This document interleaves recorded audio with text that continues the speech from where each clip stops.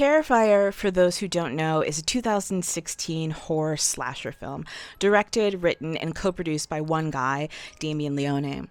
Since its inception, it has spawned 2 sequels with a reportedly, let's see how that goes, 4th one on the way. For most of you, I don't really have to explain the movie. There's a clown, he kill, and he do it a lot. You've probably seen the main central character in this movie. His name is Art the Clown. He's played by an actor named David Howard Thornton. If you go to any Halloween event, any horror convention, you have probably seen many Art the Clowns running around causing havoc around the convention floor. And for an independent series, I cannot stress to you how impressive the success of this movie is. The movie has no major stars, no major director, a modest budget, and has since spawned 3 films. And this film is hugely popular. It has a very loyal, vocal fan base. But on February 3rd, Leone released a statement that would sort of cause a fracture in the fan community and would actually spark really interesting conversation about media literacy, about politics, about horror, and everything else.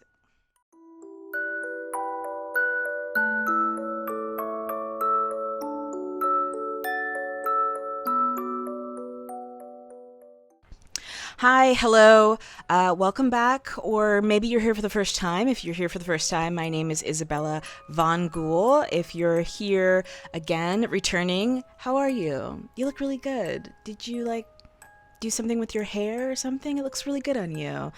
I make video essays about media, culture, particularly movies, more particularly horror movies, and I'm back to talk about something that happened in February that sparked a lot of conversation, particularly in the horror genre.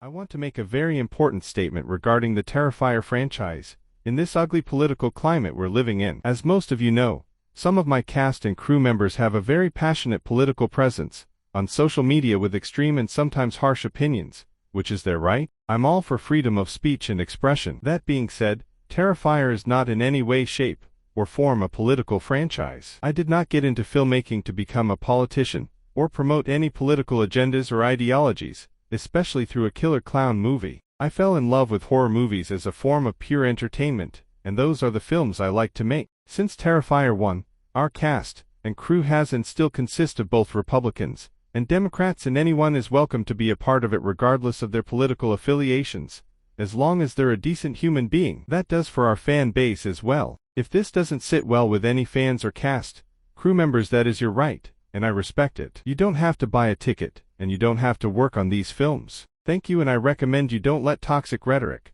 on either side of the political spectrum, deter you from being a Terrifier fan. So if you have any sort of political interpretation of the work, basically Leone is saying that it's not there. If you have an impression of the art based on your political alignment, Leone is saying that it doesn't really exist. And my problem with this is that this is part of a larger movement, an anti-intellectual movement, what I like to call the "it's not that serious, bro" movement, where you're discouraged from thinking critically or deeply about anything, particularly movies. It's arguing really the right to be stupid, because it's easier that way. It's easier to say that he didn't put anything political inside of it instead of putting something political inside of it and failing at it. It's a part of our mindless consumption culture, a way of consuming media without anybody having to think about the reasons of why the media is the way that it is. Now, I don't want to say that this movie is like They Live John Carpenter levels. I don't want to say that he's Jordan Peele, that he's David Cronenberg or anything like that. But to say that the movie is apolitical is just not true. Nothing is apolitical. Everything is political. And you may say some movies are just silly killer clown movies, but everything is political. Everything, the nature of everything is political. Every single thing, every single movie that has a person, a place, a location, where does it take place in? What time period? What are the people like? Are there genders in there? Everything is political because of the fact that people are political. And when this dropped on social media, one of the things that I thought was really interesting was just how tone deaf it really came off. The impression of this message during this particular political climate felt as though Leone didn't quite know what he was talking about. It felt like he didn't know exactly that, like, an election had happened and that his own fan base or members of his own fan base were feeling pressure, that were scared. People who were queer or disabled or migrant or immigrant felt threatened by this administration, and that by saying that his film was apolitical, he could just sort of opt out of all of those things, which isn't possible. We're in the time period now of the it's not that serious kind of a anti-intellectual movement because of the fact that fascism is on the rise. It's easy to delegitimize people who think about things. Scholars, academics, scientists, in order for an authoritarian power to say that they're going to think for you. Don't worry about thinking about critically about anything. I'll do all the thinking for you. This is a dangerous mindset. And anything can be thought about critically, particularly art, of which this movie is art. Listen, I'll be very honest with you. I tried to watch Terrifier 1, okay? I started watching it and I went, yeah, this is not for me. I started to zone out, my vision started to get really blurry. You know what I mean? The phone, you go to the phone and you know, you like, first let me check out the IMDb, see who made this, and then the IMDb leads to, like, you know, it's a whole thing, okay? I gave the movie a fair shot. Do I think this movie is the most critically complex movie in the entire world? Absolutely not. But do I think that the movie is political? Yes, because everything is political, particularly horror movie films. And a lot of people have said in defense of him that it's just not that serious, which is a way of shutting down intellectual curiosity. It's a way of stifling free thought, open discussions, and most importantly, it's a way of stopping the challenging of the status quo. If you begin to see things in art like critiques of wealth or privilege or the inherent horrors of racism or the brutality of patriarchal violence, then that's a threat to the status quo. It's easier and much better for it if you just turn your brain off. Just stop thinking. Just enjoy. Just consume. Just obey. See, doesn't that feel nice? Doesn't that feel good not to have any thoughts, not to have to worry about if your media is racist or sexist or classist, just to be able to enjoy Killer Clown Movie? Just open your jaw and just let it slide down your thrussie. See, doesn't that feel good? It's hard to think. It hurts. All horror is political because horror reflects the world, and the world is political. I'm reminded of a really famous scene in this movie called The Devil Wears Prada. I'm saying that like nobody's ever heard of this movie before, where the main character comes in and she laughs at this idea of how important and different fashion. I'll just play the clip for you. Why is no one ready? Here. It's a tough call. They're so different.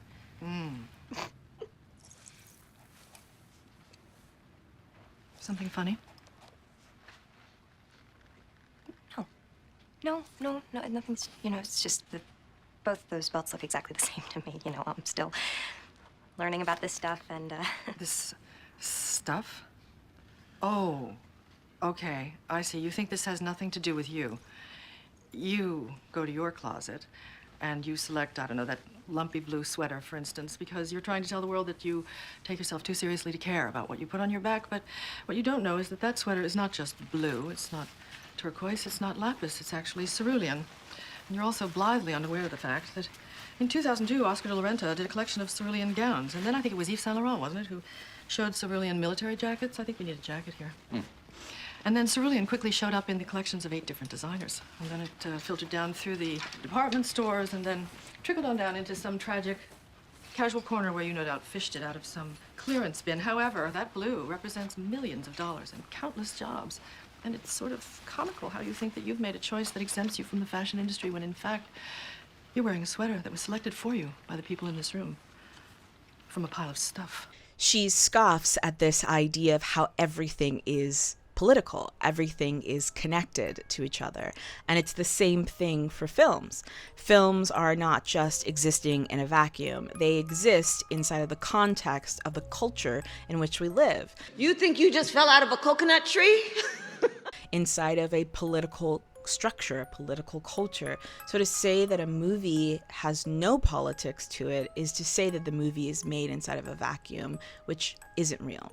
The films that you see, how they were distributed, to what markets they were distributed, on what dates they were sent to those markets, to what audiences they were made and were informed by those audiences. The movie was marketed to a particular kind of audience. It was marketed to a particular demographic.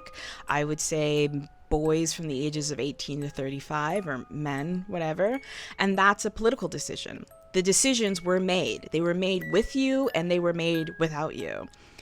The way that you watch the movie, the language that the movie was put into, the length of time, the format that you can watch those movies on, the people whose films got chosen to be made, the people in those movies, the locations that they get to make the movie in, and how much you pay to see those movies is all a political choice. The price of popcorn, the price of gas that it took for you to drive to the movie theater, the ingredients of the junior mints, how much the person who sold you the ticket makes every single hour that they work. It's all politics. It's all based on the price of trade and good and taxes and accessibility and decisions made by politicians.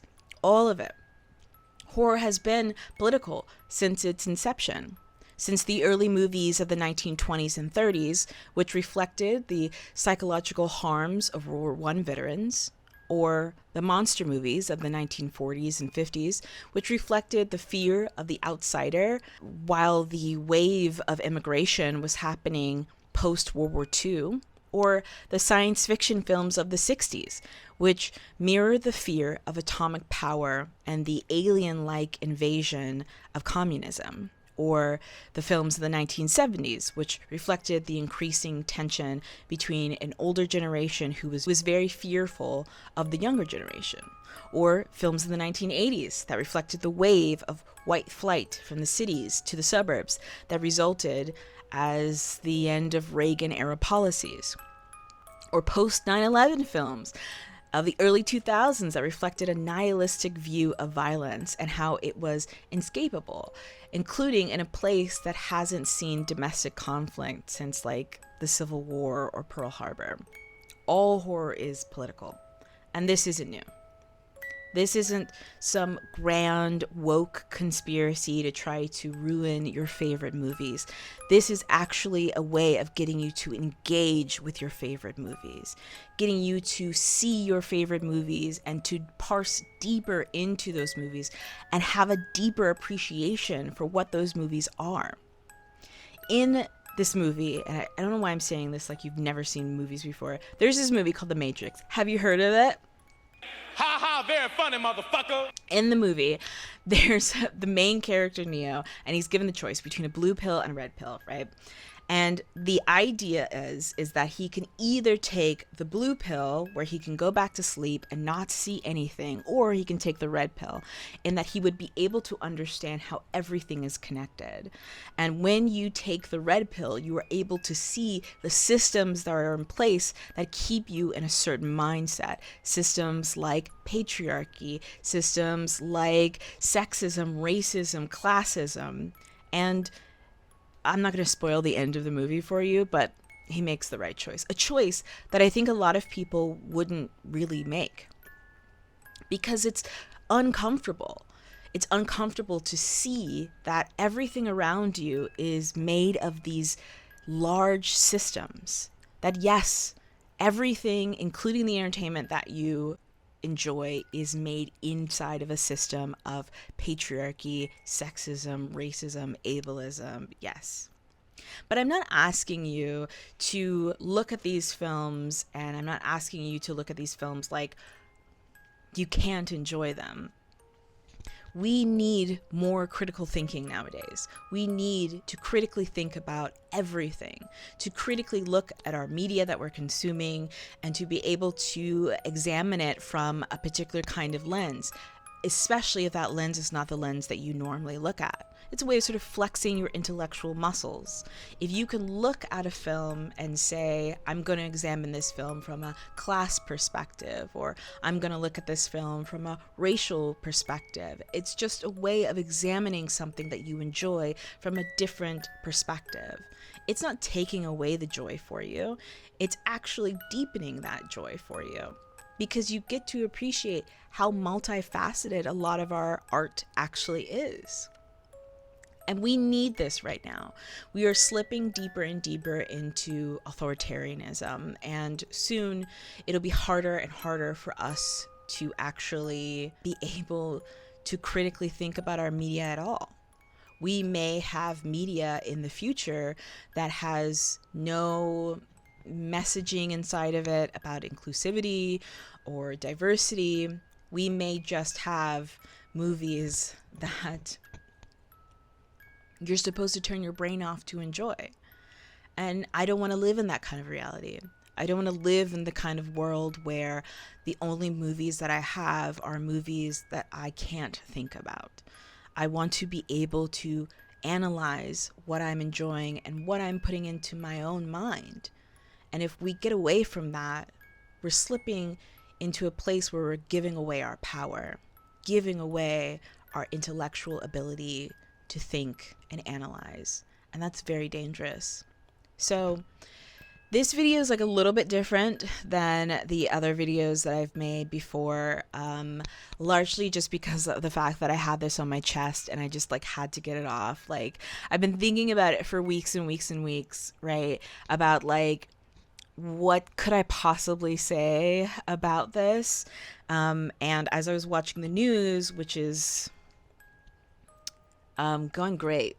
News is going great. Everything in the news is great.